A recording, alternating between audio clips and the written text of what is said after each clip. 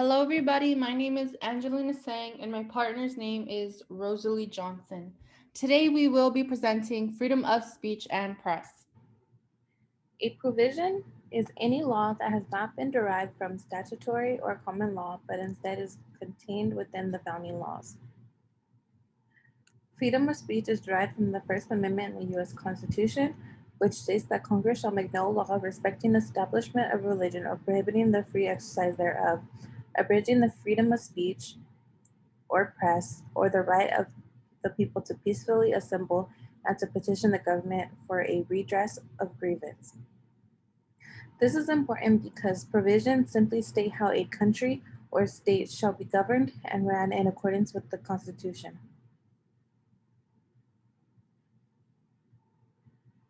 On February 5th, 2021, South Bay Pentecostal Church filed an injunction relief in response to the governor's COVID-19 state restrictions that did not allow for places of worship to attend religious ceremonies or partake in choir. They believed his orders were unlawful and infringed on their First Amendment.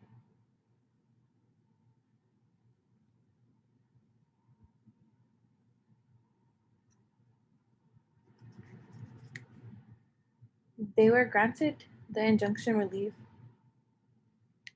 and Gavin's restrictions were ruled unconstitutional, allowing the churches to open back up with similar restrictions of those of a supermarket or a hair salon.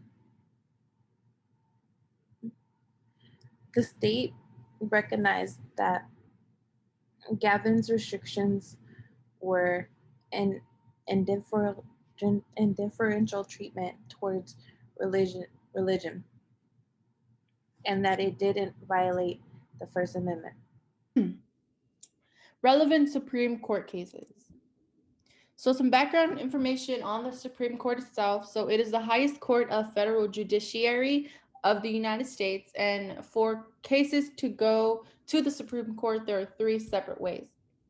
So, the least common way for it to go to the Supreme Court is if a case is under the court's original jurisdiction. So, original jurisdiction means that the case goes to the Supreme Court directly instead of it going through the intermediate stages, the between stages. The most common way for a case to reach the Supreme Court is on appeal from a circuit court. And lastly, a case can reach the Supreme Court through an appeal from a state Supreme Court.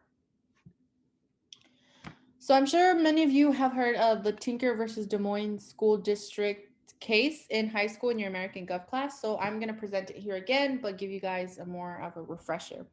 So this case took place in Des Moines, Iowa. This was in December 1965, and the motivation behind this case was that Mary Beth Tinker and a group of other students decided to wear black armbands to protest the Vietnam War. So with this, the principal heard of her wearing these armbands, including the students. So then he brought her in on December 16, 1965, and Tinker was asked to remove to her armband and was soon then suspended because she wore it again and came back to school, then got suspended. So four others were also suspended. This included her brother John Tinker and Chris Edhart.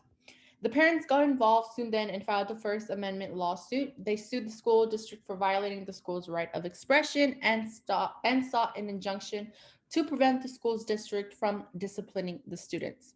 This was also a 4-year-long court battle. So I have pictures here on my right. On the top right, we have Mary Beth Tinker and her brother John Tinker. And then we have below here on the bottom right, them now.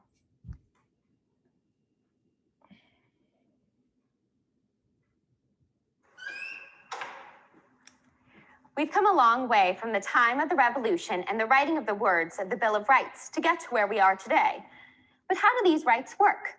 Constitutional amendments don't come to life and directly intervene to protect our rights. It's up to people using the process of appeal and the courts applying judicial review to say what laws mean. Let's look at an example that you might recognize from your own life. We spend a lot of time trying to figure out what actions are appropriate for schools to take when trying to guarantee the safety of their students, including regulating their speech. Your school probably has policies on what students can and can't say, wear, or do while they're at school. These are designed to keep you safe. But who gets to say whether it's legal for schools to decide the boundaries of these things? Who decides where and what those boundaries are? And what part do students like you play in this decision-making process? Freedom of speech in schools got a big boost in 1969 when a girl from Iowa named Mary Beth Tinker stood up for her right to express her political opinion in the hallowed halls. When she wore on school grounds a black armband to protest the Vietnam War, she was suspended. Her case made it all the way to the Supreme Court, which decided that students do not lose their constitutional rights to freedom of speech or expression at the schoolhouse gate. But rights of free speech at school aren't absolute, as the court ruled in 1986. So moving on to the decisions made.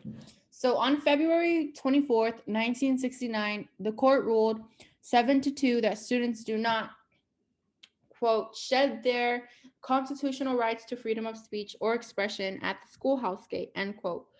The court found that the First Amendment applied to public schools and not school officials could not censor student speech unless it directly disrupted the educational process.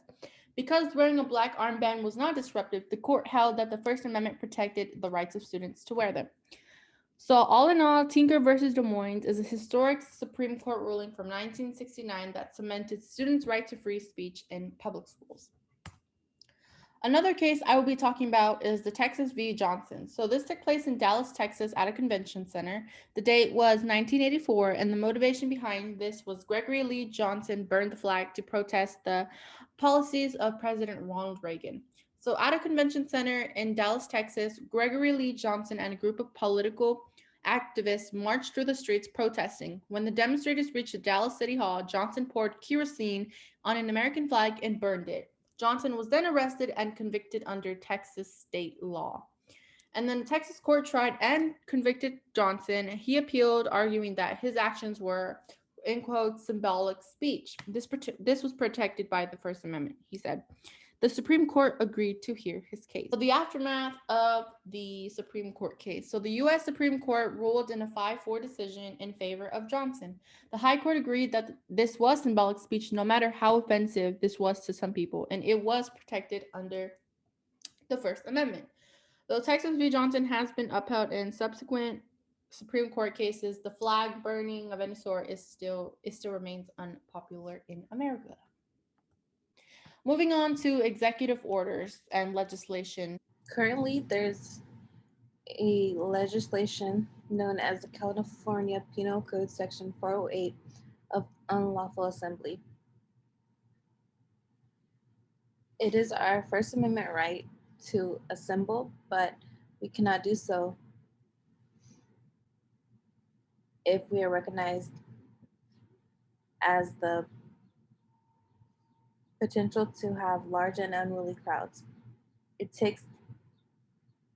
All it takes to be deemed as taking part in unlawful assembly is to be knowingly assembling with 2 or more individuals to commit a crime or to commit a lawful act in a violent way. The second legislation that is still up for debate is the 21st Century Speech Act, which seeks to repeal Section 230 of the Communications Act of 1934 and ensure reasonable, non-discriminatory access to online communication platforms. If this happens, individuals will be able to freely engage in free speech and press online without the censorship of the platforms they are using. Executive Order 13798, Section 2, said it called Respecting Religious and Political Speech. This was to defend that we should not take any adverse action against any individual, house of worship, or other religious organizations on the basis that such individual or organization speaks or has spoken about moral or political issues from a religious perspective. I think this is a very important executive order. Another executive order was the same one, but different section, was that the founders envisioned a nation in which religious voices and views were integral to a vibrant public square and in which religious people and institutions were free to practice their faith without fear of discrimination or retaliation by the federal government. I think this executive order was really important into freedom of speech as a whole. So this concludes our presentation. Thank you for watching.